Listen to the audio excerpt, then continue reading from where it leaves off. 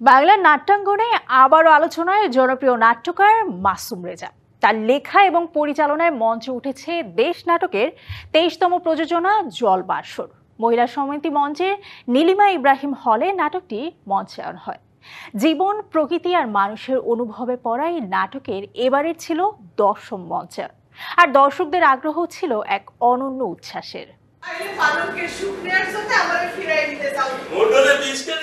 বাংলা মঞ্চনাটকের ধারায় জলবাসর যেন এক নতুন আঙিনার প্রতিশ্রুতি। এই নাটকে মিশে আছে মানুষের আধ্যাত্মিক অনুসন্ধান, প্রকৃতির প্রতিশোধ আর শিল্পীর অন্তর্জগৎ। মঞ্চে শব্দ, আলো আর সংলাপের সংমিশ্রণে জীবন্ত হয়ে উঠেছে এক মায়াবী বাস্তবতা, যেখানে নদী, জল আর ভালোবাসা মিশে যায় এক অদ্ভুত আত্মিক সম্পর্কের গল্পে। শিল্প, অভিনয়, মঞ্চসজ্জা, সংলাপ সব মিলিয়ে জলবাসর হয়ে উঠেছে দর্শকদের জন্য এক অন্যরকম অভিজ্ঞতা।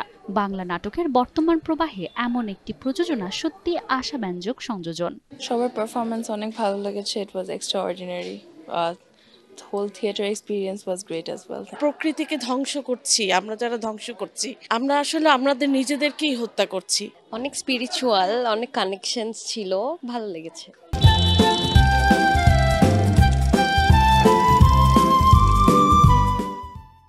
আধ্যাত্মিক চেতনার অনুরণন আর প্রকৃতির অবাধ বিচরণে বাধার প্রতিবাদ, এই দুয়ের মেলবন্ধনে নাটকটি যেন তুলে ধরেছে বর্তমান সময়ের প্রাসঙ্গিকতা। পানি কম, বালু বেশি, গাছ কম, ফলে অক্সিজেনের অভাব বোধ করছি। তো যেটা বাস্তব সেটাকেই আসলে জলবাসরে নিয়ে আসা হয়েছে। হরিণ শিকার করছি, বাঘ শিকার করছি, মানে যেখানে যেটা থাকা উচিত সেটা থাকছে না।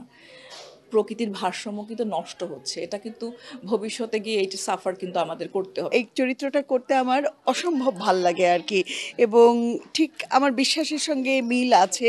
প্রকৃতি, প্রেম, ভালোবাসা ও ভিন্নধর্মী মঞ্চসজ্জায় পরিচালকের শৈল্পিক নিদর্শন সব মিলিয়ে নাটকটি হয়ে উঠেছে এক অনন্য শিল্প অভিজ্ঞতা। এক একটা নাটকের এক একটা দাবি থাকে, তার সেটটা কেমন হবে, সেই দাবিটা পূরণ করার বিষয়ে আমি খুবই সজাগ থাকি যে এই সেটটাতে, এই নাটকটার জন্য কোন সেট করলে নাটকটা মূলত ফুটে উঠবে। আর আমি যেহেতু নাটকের নাট্যকারও, ফলে আমি যখন নাটক লিখি তখনই আমার একটা আইডিয়া থাকে যে আমি এইভাবে করতে চাই। জলবাসর শুধুমাত্র একটি নাটক নয়, এখানে আধ্যাত্মিকতা ও প্রকৃতির প্রতিশোধ একসঙ্গে বলে সৃষ্টির প্রারম্ভের গল্প।